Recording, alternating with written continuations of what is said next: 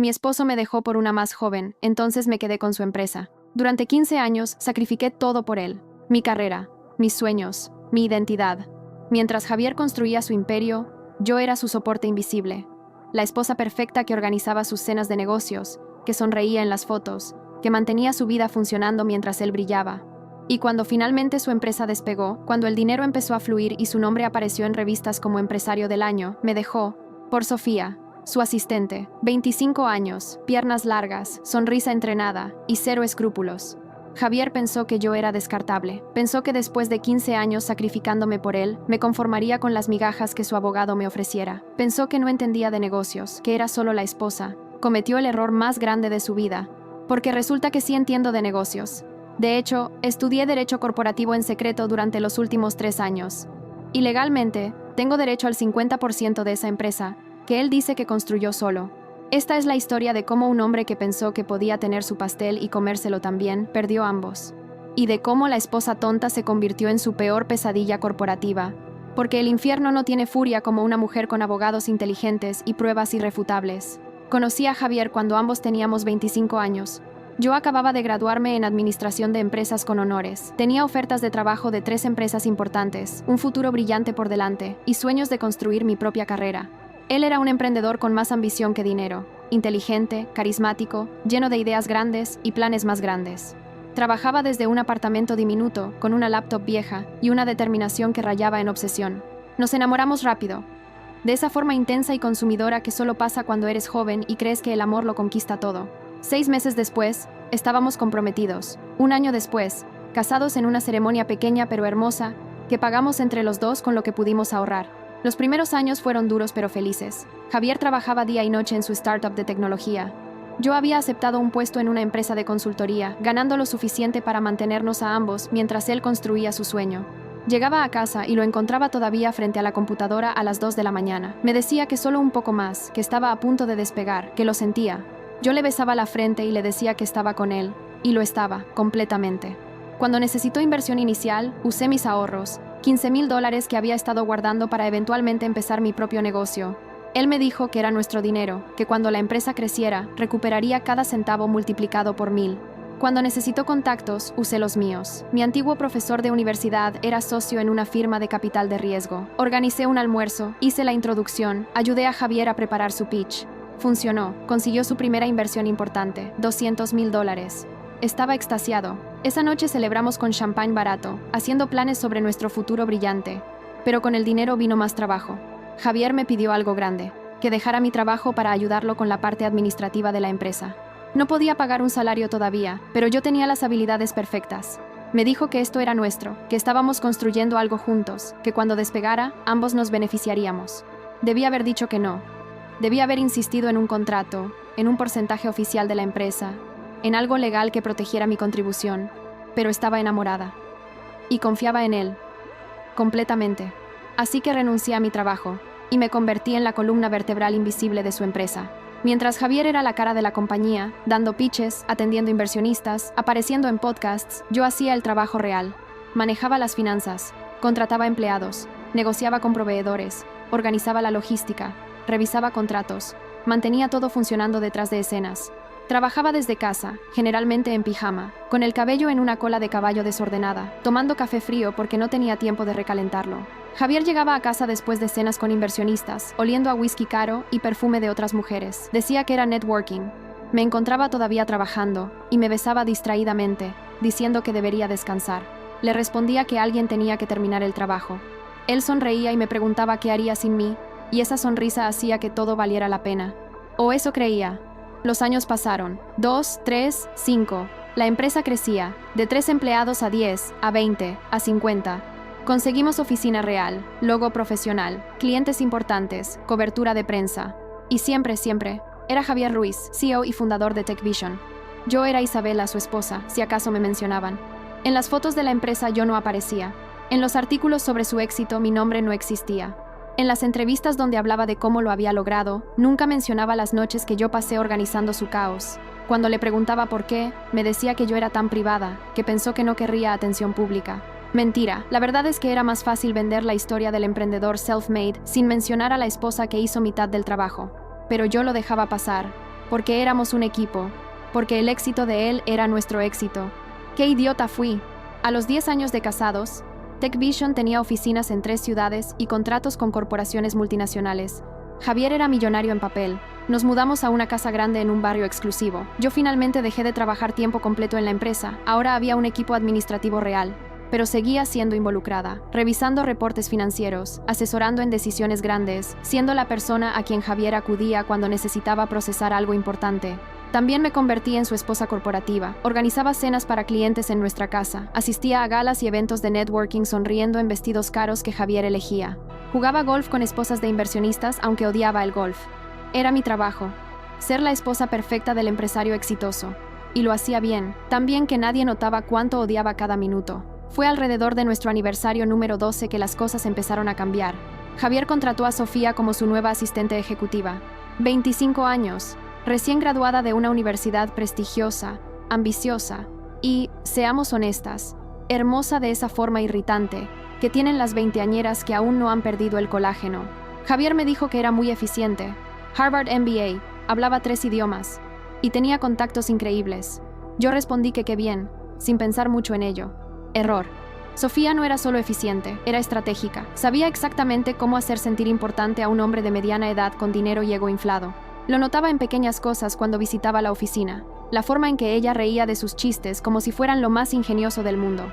Cómo se inclinaba sobre su escritorio mostrando escote cuando le mostraba documentos. Los mensajes que enviaba a las 11 de la noche sobre asuntos urgentes que siempre podían esperar hasta mañana. Le mencioné mis sospechas a mi mejor amiga, Carolina. Ella me tranquilizó diciendo que todas las asistentes jóvenes coquetean con sus jefes, que es supervivencia corporativa, que Javier me amaba, que no fuera paranoica, así que ignoré mi instinto. Me convencí de que estaba siendo insegura, celosa, sin razón.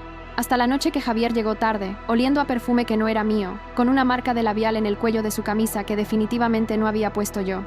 Me explicó que fue una cena de negocios, que Sofía estaba ahí, que probablemente lo abrazó cuando cerraron el trato, que no significaba nada. Le pregunté sobre el perfume y me dijo que ella usaba mucho perfume, que qué sabía él. Me dijo que estaba siendo irracional. Gaslighting. Aunque no conocía el término entonces, lo estaba experimentando. Me hizo sentir loca por confiar en mis instintos. Así que me callé y observé. Y lo que vi me destrozó lentamente durante los siguientes meses. Javier cambió. No dramáticamente, eso hubiera sido más fácil de confrontar, sino en pequeñas formas que se acumulaban como veneno lento. Se quedaba más tarde en la oficina. Mucho trabajo, decía. Estaba distraído en casa, revisando su teléfono constantemente, sonriendo a mensajes que no compartía. El sexo disminuyó, de varias veces por semana a una vez cada 2 semanas, y cuando lo hacíamos, sentía como si estuviera pensando en otra persona. Empezó a criticar cosas que nunca le habían molestado antes. Me preguntaba si no iba a arreglarme cuando me veía en jeans y sin maquillaje. Le respondía que estaba en casa trabajando en reportes financieros. Me decía que solía esforzarme más en mi apariencia. Empezó a comparar, sutilmente, pero lo hacía.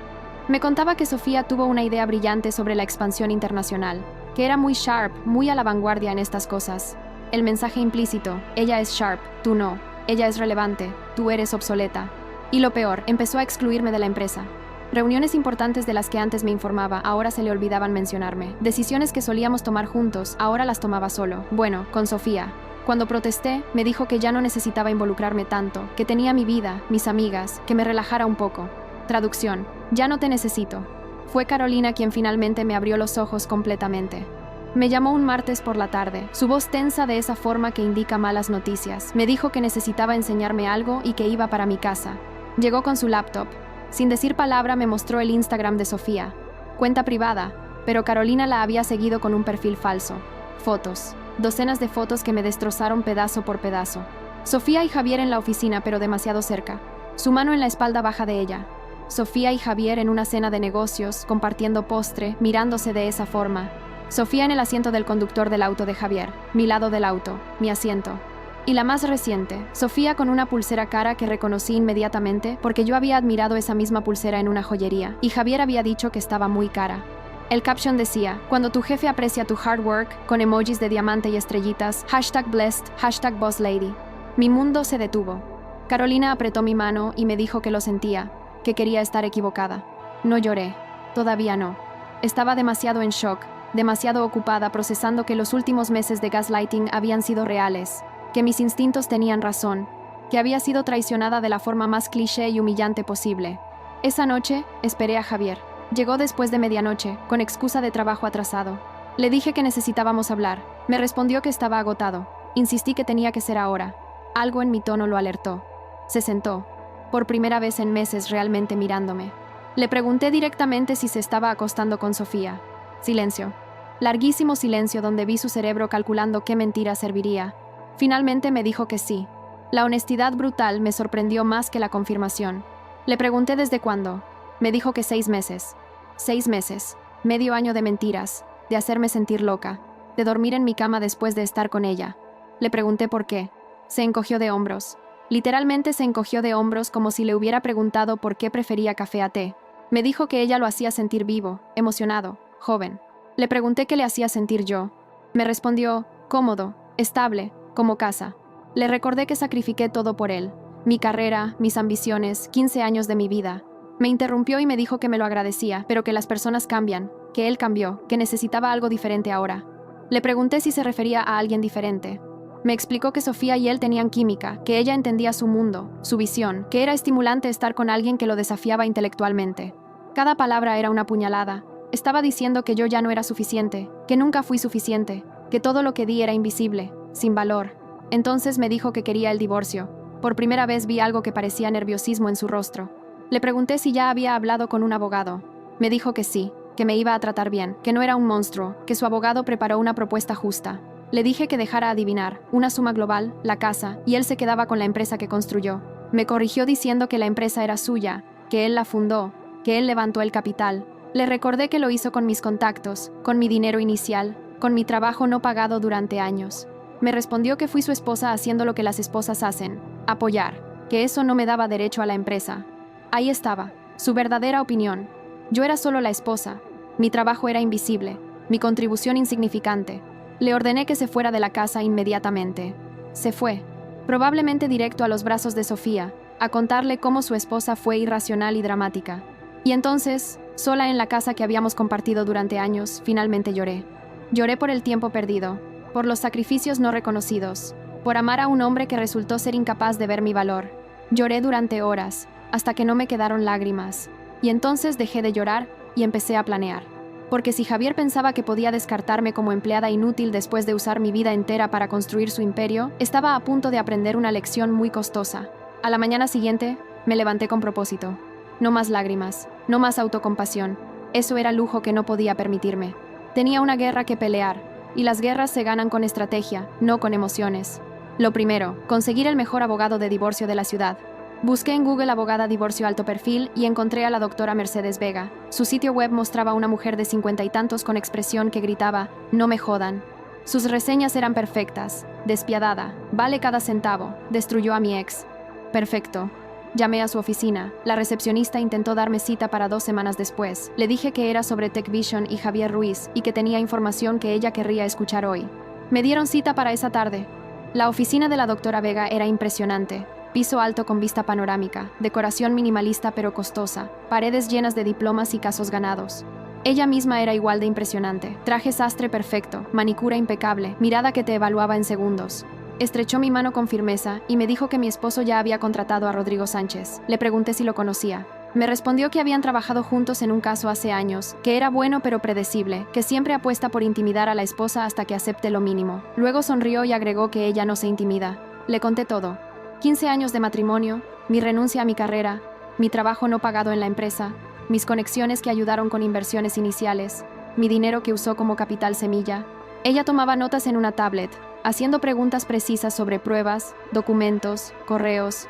Yo tenía todo, transferencias bancarias de hace 15 años, cientos de correos donde me incluían en threads sobre decisiones empresariales, evidencia clara de que yo tomaba decisiones administrativas y financieras. Cuando le dije que nunca recibí compensación formal por ese trabajo, su sonrisa se amplió.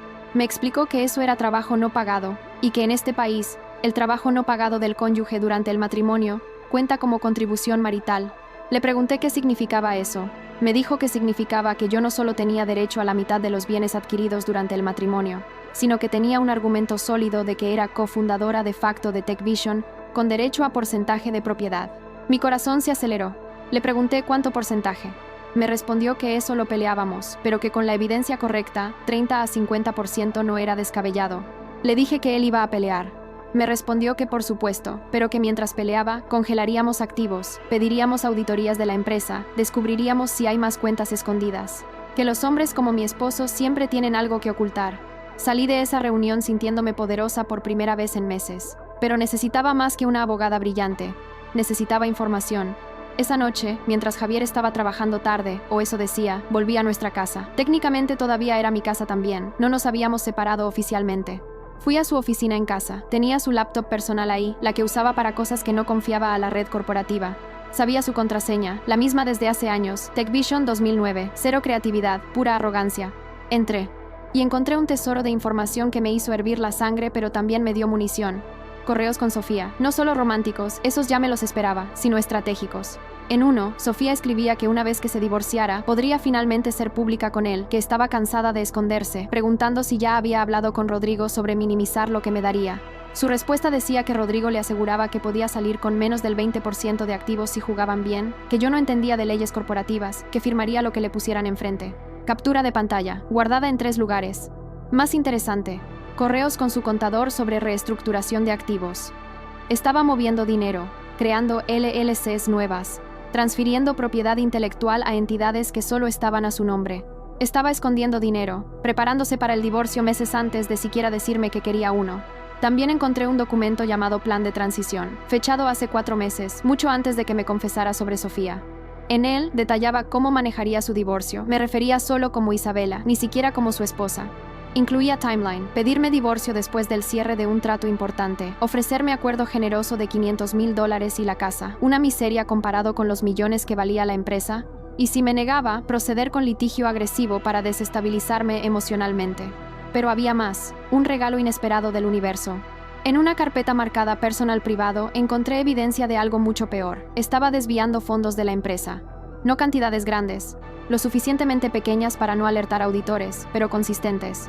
Transferencias mensuales de $15,000 de TechVision a una LLC llamada JR Consulting, sus iniciales. Esa LLC luego transfería el dinero a cuentas personales. Era robo. Robo de su propia empresa, técnicamente, pero había inversionistas minoritarios que poseían 30% de TechVision. Él estaba robando de ellos también. Descargué todo. Cada correo, cada documento financiero, cada evidencia de su plan para destruirme y su fraude corporativo. Los puse en 3 USBs diferentes, una para mi abogada, una en una caja de seguridad del banco, una escondida en casa de Carolina. No iba a ser descuidada. También hice algo más, comencé a estudiar, en serio. Durante los siguientes meses, mientras Javier pensaba que estaba procesando el divorcio en negación, yo estaba tomando cursos online de derecho corporativo y finanzas empresariales. Había comenzado estos cursos 3 años atrás, cuando sentí por primera vez que Javier me estaba dejando fuera de decisiones empresariales. En ese momento lo hice porque quería ser más útil. Ahora lo hacía porque quería ser mortal. Aprendí sobre estructuras corporativas, valoración de empresas, derechos de accionistas. Aprendí cómo funcionaban los consejos directivos, cómo se tomaban decisiones de adquisición, cómo se distribuían dividendos. Me convertí en experta de TechVision específicamente. Leí cada reporte financiero que pude acceder. Estudié su estructura, sus debilidades, sus fortalezas. Si iba a pelear por parte de esta empresa, necesitaba entender cada aspecto de ella. También comencé a hacer conexiones. Discretamente, contacté a algunos de los inversionistas originales de TechVision, aquellos con quienes había hecho match inicial hace años. Roberto Márquez, uno de los primeros inversionistas, se alegró de saber de mí. Hacía tiempo que no hablábamos. Le dije que necesitaba su consejo sobre algo confidencial. Le conté mi situación. No todo, pero suficiente. Divorcio inminente, mi contribución a la empresa, la pelea legal que vendría. Me dijo que siempre supo que yo era parte integral de TechVision, que Javier tuvo suerte de tenerme, que si necesitaba referencias sobre mi trabajo en los primeros años, contara con él. Colecté 3 testimonios similares de inversionistas y socios tempranos, todos dispuestos a testificar que yo había sido esencial en el éxito de la empresa. La doctora Vega estaba impresionada cuando le presenté todo. Me dijo que la mayoría de sus clientas llegan con lágrimas y corazones rotos, que yo llegué con un caso federal de fraude corporativo y testimonios de terceros, que era refrescante. Le pregunté si era suficiente. Me respondió que era más que suficiente, que era un arsenal nuclear. Preparó la demanda. No solo divorcio, eso era lo de menos.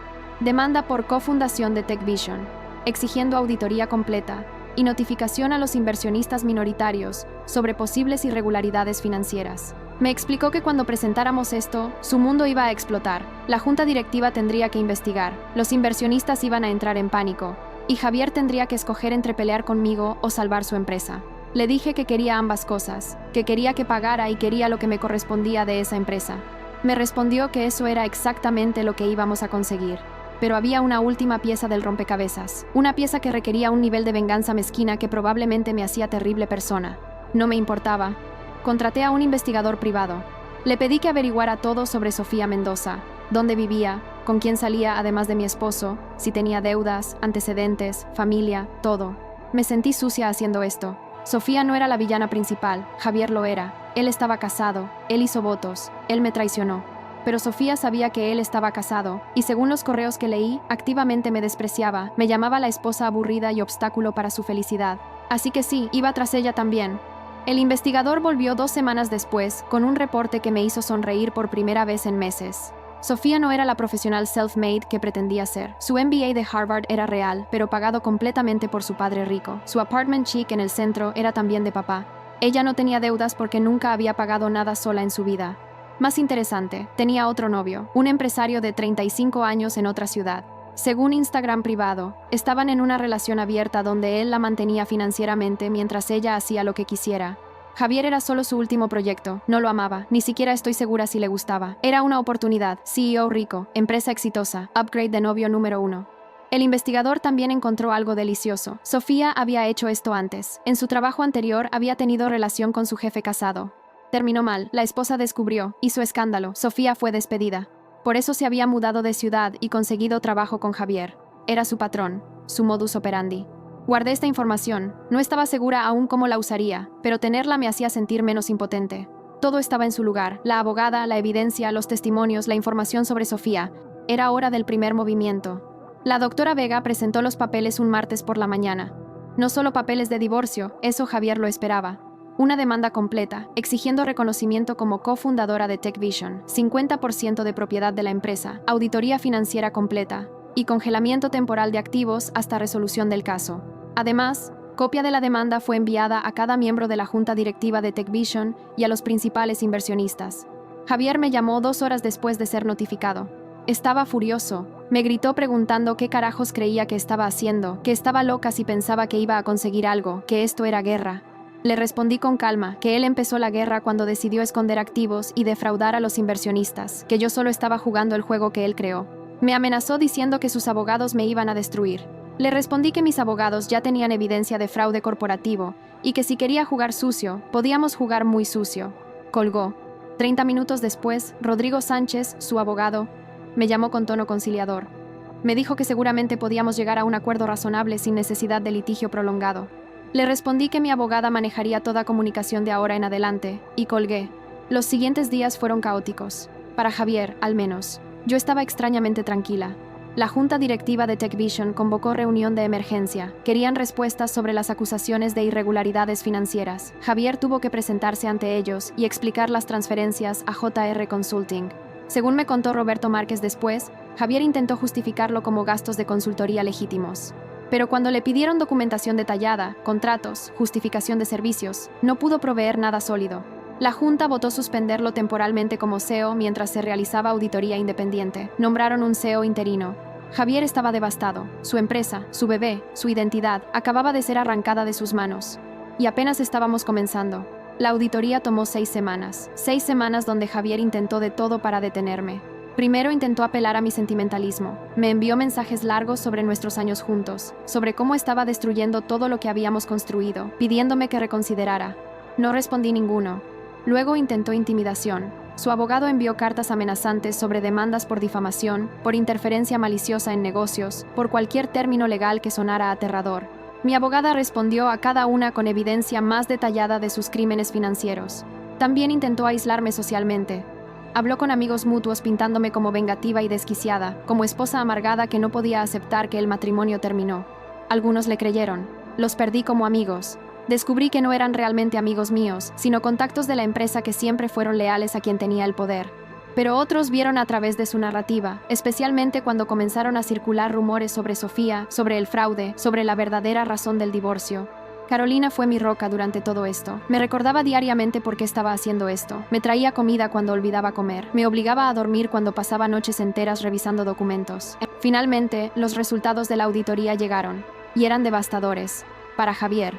Los auditores confirmaron todo. Transferencias no autorizadas a cuentas personales por un total de más de $400,000 durante 3 años. Gastos personales cargados como gastos de empresa. Manipulación de reportes financieros para ocultar estas transferencias. Pero encontraron algo más que yo no sabía. Había estado inflando artificialmente las valuaciones de la empresa para atraer más inversionistas, mostrando proyecciones de crecimiento que no tenían base en realidad. Era fraude en múltiples niveles. La junta directiva votó por unanimidad removerlo permanentemente como CEO. Los inversionistas iniciaron sus propias demandas. El consejo estaba considerando si reportar a autoridades para investigación criminal. El imperio de Javier estaba colapsando, y yo tenía asiento de primera fila. Pero aún no terminaba, faltaba el golpe de gracia. Con Javier fuera de la empresa y enfrentando múltiples demandas, mi caso de cofundación se volvió mucho más fuerte. La doctora Vega argumentó que no solo merecía compensación por trabajo no pagado, sino que mi contribución temprana fue instrumental en el éxito de TechVision. Sin mi dinero inicial, mis contactos, mi trabajo administrativo, la empresa nunca hubiera despegado. Los inversionistas originales testificaron a mi favor. Roberto Márquez fue especialmente elocuente describiendo cómo yo organicé la introducción crucial que llevó a la primera inversión grande. Presentamos correos de los primeros años donde yo claramente tomaba decisiones estratégicas. Presentamos evidencia de que manejé todas las finanzas durante los primeros 4 años. Presentamos testimonio de empleados tempranos que confirmaron que yo era esencial en operaciones diarias. El abogado de Javier intentó argumentar que yo era simplemente una esposa solidaria, que ayudar a tu cónyuge no te convierte en cofundadora. Pero la evidencia era abrumadora. Yo no solo ayudé, construí activamente la empresa junto a él, y la ley reconocía eso. La jueza, una mujer de 60 años con expresión de haber visto todo, escuchó ambos lados. Luego dictaminó que yo tenía derecho a 40% de propiedad de TechVision, basado en mi contribución documentada durante los años de formación de la empresa. 40%. Javier se puso pálido cuando escuchó el veredicto. Su abogado intentó protestar, hablar sobre apelaciones, pero la jueza fue clara. La evidencia era irrefutable. Además, me otorgó compensación adicional por trabajo no pagado, $2 millones. Y en el divorcio personal, me quedé con la casa, el 70% de activos maritales restantes y pensión alimenticia durante 5 años mientras me restablecía profesionalmente. Javier perdió casi todo, no solo 40% de la empresa que consideraba suya, sino su reputación, su posición, su futuro. Los inversionistas estaban furiosos con él. Los clientes estaban nerviosos. La prensa de negocios cubrió el escándalo extensamente. Fundador de TechVision removido por fraude, esposa gana batalla legal por cofundación. Pero yo quería más, quería que sintiera exactamente lo que me hizo sentir, traicionado, usado, descartado. Entonces solté la información sobre Sofía. De forma anónima, filtré a la prensa y a la junta directiva la información que el investigador había encontrado, su patrón de relaciones con jefes casados, su otro novio, el hecho de que había sido despedida de su trabajo anterior por exactamente esta situación. También filtré los correos entre ella y Javier, donde discutían estrategias para minimizar lo que yo recibiría en el divorcio, donde ella lo llamaba su sugar daddy, donde admitía que estaba con él principalmente por su dinero y conexiones. La junta directiva de TechVision la despidió inmediatamente. Relación inapropiada con el CEO, conflicto de intereses, conducta no profesional. Sofía intentó demandar por despido injustificado. Pero cuando su otro novio se enteró de su relación con Javier a través de la cobertura de prensa, él también la dejó y canceló el apartamento que le pagaba. Súbitamente, Sofía no tenía trabajo, no tenía novios ricos, no tenía el lifestyle al que estaba acostumbrada. Sé que suena cruel, y probablemente lo fue, pero ella activamente participó en el plan para defraudarme, me llamó obstáculo para su felicidad, se burló de mí en mensajes privados. Acciones tienen consecuencias. Con Javier destruido financiera y profesionalmente, y Sofía fuera del cuadro, llegó el momento de mi siguiente movimiento. La junta directiva de TechVision estaba en caos. Habían perdido a su CEO fundador, tenían CEO interino que no conocía la empresa profundamente, inversionistas nerviosos, clientes preguntando sobre estabilidad. Solicité reunión con la junta. Como dueña del 40% de la empresa, tenía derecho. Me presenté en traje sastre azul marino, portafolio de cuero, y confianza que había estado construyendo durante meses. Les presenté mi visión para TechVision. No solo conocía la empresa, la había ayudado a construir. Conocía las operaciones, las finanzas, los clientes, la cultura. Propuse un plan de recuperación de reputación, reestructuración financiera y crecimiento sostenible. Había hecho mi tarea. El plan era sólido. También les recordé que con 40% de propiedad, yo tenía poder de voto significativo en decisiones mayores. Podía hacer su vida muy difícil si quisiera, o podía ser aliada. La junta votó, 6-2 a mi favor. Me nombraron CEO de TechVision. Yo, la esposa invisible, la que hacía café y organizaba cenas, la que supuestamente no entendía de negocios, era ahora CEO de la empresa que Javier pensó que era solo suya.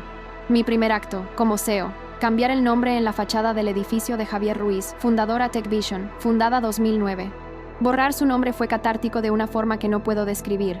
Mi segundo acto, reestructurar el equipo ejecutivo con enfoque en meritocracia y diversidad, contratar más mujeres en posiciones de liderazgo, crear políticas claras contra relaciones inapropiadas y acoso.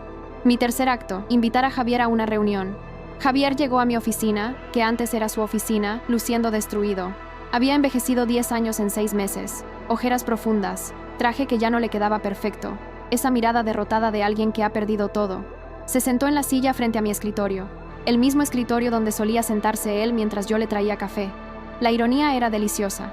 Le dije que lo llamé porque necesitábamos discutir su futuro en la empresa. Técnicamente, él todavía poseía 25% después de que los inversionistas diluyeron su participación por el fraude. No podía despedirlo como accionista, pero podía hacer su vida miserable. Me miró con resentimiento mezclado con algo que podría ser respeto. Preguntó qué quería de él. Le dije que quería 3 cosas. Primero, que reconociera públicamente mi contribución a la fundación y éxito de TechVision. Una declaración formal, para prensa, donde admitiera que minimizó mi rol durante años. Segundo, que votara a favor de todas mis propuestas en reuniones de junta durante los próximos 2 años. Básicamente, que me diera control total. Tercero, que se disculpara, no públicamente, sino aquí, solo entre nosotros. Una disculpa real por 15 años de tomar mi trabajo por sentado, por hacerme invisible, por traicionarme de la forma más cliché posible. Se quedó en silencio durante largo rato. Podía ver su ego peleando contra su realidad. Él no quería darme nada más, ya había perdido suficiente. Pero también sabía que yo tenía todo el poder ahora. Si quería cualquier chance de recuperar algo de su vida, necesitaba cooperar. Finalmente accedió a mis términos. La disculpa fue difícil para él. Tartamudeó, buscó palabras, se veía físicamente enfermo teniendo que admitir sus errores. Me dijo que lo sentía, que fue idiota, que no valoró lo que tenía hasta que lo perdió, que pensó que Sofía era upgrade cuando en realidad era downgrade en todos los sentidos. Que ahora entendía que yo era la razón de su éxito, no solo soporte sino parte fundamental. No fue la disculpa más elocuente, pero era honesta. Podía ver que realmente lo sentía. No solo sentía haber sido atrapado, sino genuinamente entendía lo que perdió. Le dije que aceptaba su disculpa, pero que eso no cambiaba nada entre nosotros. Nunca volveríamos a ser pareja, apenas seríamos cordiales como socios de negocio. Asintió, derrotado. Preguntó si había algo más. Le dije que sí. Una última cosa. Saqué mi anillo de bodas, el que había usado durante 15 años. Lo puse sobre el escritorio entre nosotros. Le dije que esto, el matrimonio, la ilusión de que éramos equipo, había terminado oficialmente. Pero TechVision, la empresa que construimos juntos, aunque él nunca lo admitiera, esa continuaría. Bajo mi liderazgo, se fue, sin mirar atrás, sin el swagger que solía tener, solo un hombre quebrado que finalmente entendió las consecuencias de sus acciones. Y yo me quedé en esa oficina, en mi oficina, mirando el anillo sobre el escritorio. No sentí satisfacción vengativa que esperaba, no sentí triunfo absoluto, sentí paz, y cierre, y algo parecido a libertad. Han pasado 2 años desde que me convertí en CEO de TechVision. La empresa no solo sobrevivió al escándalo, prosperó. Bajo mi liderazgo crecimos 40%, conseguimos contratos que Javier nunca pudo cerrar, expandimos a mercados internacionales. La prensa de negocios ahora me llama a la CEO que rescató TechVision del desastre. Me invitan a dar charlas sobre liderazgo y resiliencia. Mi foto está en la portada de revistas empresariales. Y cada vez que alguien me pregunta cómo lo logré, cuento la verdad. Estuve aquí desde el principio, solo que nadie me veía.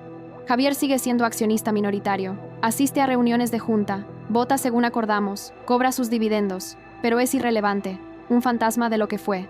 Escuché que intentó iniciar nueva empresa, fracasó. Nadie quiere asociarse con alguien con su historial, su reputación está permanentemente manchada. También escuché que intentó reconciliarse con Sofía después de que todo explotó. Ella lo rechazó. Sin dinero y poder, ya no le era útil. Se mudó a otra ciudad, probablemente buscando su próxima víctima. Yo, por otro lado, estoy viviendo mi mejor vida. Contraté a Carolina como mi directora de operaciones. Es brillante en el rol y finalmente está siendo compensada lo que vale. Comencé a salir de nuevo. Nada serio todavía, pero por primera vez en años estoy abierta a posibilidades. Hombres que me ven como igual, que respetan mi intelecto y ambición, que no me piden que me haga pequeña para que ellos brillen. Recuperé mi identidad. Ya no soy Isabela, esposa de Javier. Soy Isabela Morales, CEO, empresaria, sobreviviente, ganadora. Me arrepiento de algo. A veces me pregunto si fui demasiado lejos. si destruir a Javier tan completamente fue necesario o si fue exceso de venganza. Pero entonces recuerdo el plan de transición que encontré en su computadora, sus planes para desestabilizarme emocionalmente, los meses de gaslighting, los años de tomar mi trabajo por sentado, la facilidad con la que me descartó por una versión más joven. Y no me arrepiento. Él empezó esta guerra. Yo solo la terminé. Esta es mi confesión. Mi esposo me dejó por una más joven. Pensó que podía quedarse con todo y dejarme con nada. Cometió el error de subestimar a la mujer que sacrificó todo por él. Ahora él no tiene nada, y yo tengo todo. La empresa, el dinero, el respeto, la satisfacción de saber que gané. Si estás escuchando esto y estás en situación similar, si eres la esposa invisible que hace todo el trabajo mientras otro toma el crédito, si te están haciendo sentir que no eres suficiente para justificar su traición, escucha esto. Documenta todo, protege tus contribuciones, conoce tus derechos legales, no confíes ciegamente, y cuando llegue el momento de pelear, pelea con todo lo que tienes. Porque los hombres como Javier cuentan con que te rindas, cuentan con que tu amor sea más fuerte que tu amor propio, cuentan con que valores el matrimonio más que tu dignidad. Demuéstrales que están equivocados. No fui a la guerra por ser vengativa, fui a la guerra por recuperar lo que era mío desde el principio, mi valor, mi trabajo, mi futuro. Y gané. No solo sobreviví, prosperé. Así que brindo por esto, por las mujeres que sacrifican todo y no reciben nada, por las esposas invisibles que finalmente se hacen ver, por cada mujer que decidió que ya no iba a ser pequeña para que otro sea grande, y por cada hombre que piensa que puede descartar a su esposa sin consecuencias. Cuidado, porque la próxima Isabela podría ser tu esposa, y ella está tomando notas. El karma existe, y a veces, el karma soy yo con abogados excelentes y evidencia irrefutable. Esta empresa que Javier pensó que construyó solo ahora tiene mi nombre en cada contrato, mi visión en cada estrategia, mi liderazgo en cada decisión. Y cada vez que firmo como CEO, recuerdo que no me dieron este puesto, me lo gané, desde el principio. Solo que ahora finalmente todos lo saben. Si estás sacrificando tu carrera por la de tu pareja, protégete, documenta tu trabajo, conoce tus derechos, y nunca permitas que alguien te haga invisible. Porque cuando finalmente te haces ver, es demasiado tarde para ellos. Hasta la próxima confesión.